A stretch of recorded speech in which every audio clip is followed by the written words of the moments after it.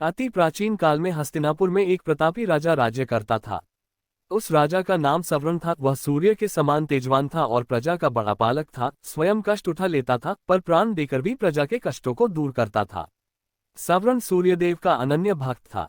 वह प्रतिदिन बड़ी ही श्रद्धा के साथ सूर्यदेव की उपासना किया करता था। जब तक सूर्यदेव की उपासना नहीं करता था, जल का एक घूंट भी कंठ के नीचे नहीं उतारता था।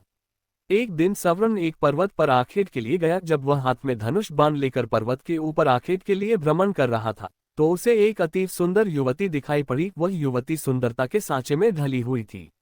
उसके प्रत्येक अंग को विधाता ने बड़ी ही रुचि के साथ संवार संवार कर बनाया था। सवर्ण ने आज तक ऐसी स्त्री देखने की कौन कहे कल्पना तक नहीं की थी। सवर्ण स्त्री पर आकृष्ट हो गया, सब कुछ भूलकर अपने आप को उस पर निछावर कर दिया।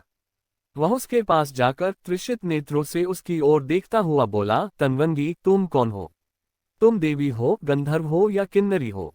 तुम्हें देखकर मेरा चित्त चंचल हो उठा। तुम मेरे साथ गंधर्व विवाह करके सुखोपभोग करो। पर युवती ने सवर्ण की बातों का कुछ भी उत्तर नहीं दिया। वह कुछ क्षणों तक सवर्ण की ओर देखती रही, फिर अदृश्य हो गई। युवती के अदृश्य हो जाने पर सवर्ण अत्यधिक आकुल हो गया। वह धनुष बाण फेंककर उन्मत्तों की भांति विलाप करने लगा, सुंदरी, तुम कहाँ चली गईं? जिस प्रकार सूर्य के बिना कमल मुरझा जाता है और जिस प्रकार पानी के बिना पौधा सूख जाता है, उसी प्रकार तुम्हारे बिना मैं जीवित नहीं रह सकता। तुम्हारे सौंदर्य ने मेरे मन को चुरा लिया है। तुम प्रकट होकर मुझे बताओ कि तुम कौन हो और मैं तुम्हें किस प्रकार पा सकता हूँ।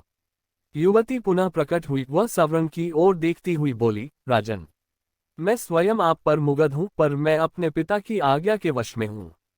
मैं सूर्यदेव की छोटी पुत्री हूँ।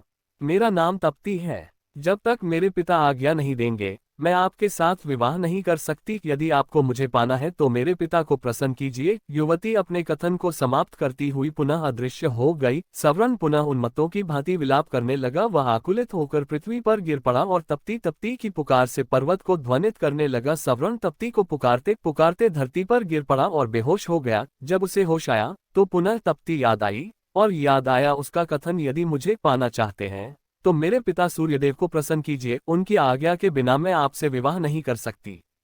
सवर्ण की रगों में विद्युत की तरंग सी दौड़ उठी। वह मन ही मन सोचता रहा, वह तप्ती को पाने के लिए सूर्यदेव की आराधना करेगा, उन्हें प्रसन्न करने में सब कुछ भूल जाएगा। सवर्ण सूर्यदेव की आराधना करने लगा।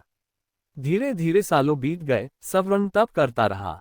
आखिर सूर्यदेव के मन में सवर्ण की परीक्षा लेने का विचार उत्पन्न हुआ। रात का समय था, चारों ओर सन्नाटा छाया हुआ था। सवर्ण आंखें बंद किए हुए ध्यानमग्न बैठा था। सहसा उसके कानों में किसी की आवाज पड़ी, सवर्ण, तू यहाँ तप में संलग्न है। तेरी राजधानी आग में जल रही है। सवर्ण फिर भी चुपचाप अपनी जगह पर बैठा रहा। उसके मन में रंचमात्र भी दुख पैदा नहीं हुआ। उसके कानों में पुनः दूसरी आवाज पड़ी, सवर्ण, तेरे कुटुंब के सभी लोग आग में जलकर मर गए। किंतु फिर भी वह हिमालय सा दृढ़ होकर अपनी जगह पर बैठा रहा। उसके कानों में पुनः तीसरी बार कंठ स्वर पड़ा, सवर्ण, तेरी प्रजा अकाल की आग में जलकर भस्म हो रही है। तेरे नाम को सुनकर लोग थू थू कर रहे हैं। फिर भी वह दृढ़तापूर्वक तप में लगा रहा। उसकी दृढ़ता पर सूर्यदेव प्रसन्न हो उठे और उन्होंने प्रकट होकर कहा, सवर्ण, मैं तुम्हारी दृढ़ता पर मुग्ध हूँ, बोलो तुम्हें क्या चाहिए। सवर्ण सूर्यदेव को प्रणाम करता हुआ बोला, देव, मुझे आपकी पुत्री तप्ती को छोड़कर और कुछ नहीं चाहिए। कृपा करके मुझे तप्ती को देकर मेरे जीवन को कृतार्थ कीजिए। सूर्यदेव ने प्रसन्नता की मुद्रा में उत्तर दिया, सवर्ण, मैं सब कुछ जानता हूँ। तप्ती भी तुमसे प्रेम करती है। तप्ती तुम्हारी है। सूर्यदेव ने अपनी पुत्री तप्ती का सवर्ण के साथ विधिवत विवाह कर दिया। सवर्ण तप्ती को लेकर उसी पर्वत पर रहने लगा और राग रंग में अपनी प्रजा को भी भूल गया।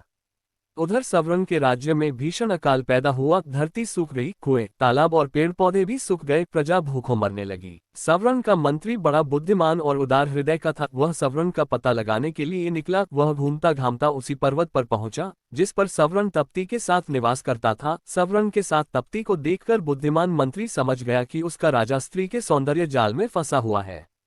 मंत्री ने बड़ी ही बुद्धिमानी के साथ काम किया। उसने सवर्ण को वासना के जाल से छुड़ाने के लिए अकाल की आग में जलते हुए मनुष्यों के चित्र बनवाई। वह उन चित्रों को लेकर सवर्ण के सामने उपस्थित हुआ। सवर्ण चित्रों को देखकर गंभीरता के साथ बोला, यह किस राजा के राज्य की प्रजा का दृश्य है? यह आपकी ही प्रजा का दृश्य है। सवर्ण तप्ती के साथ अपनी राजधानी पहुंचा। उसके राजधानी में पहुंचते ही जोरों की वर्षा हुई।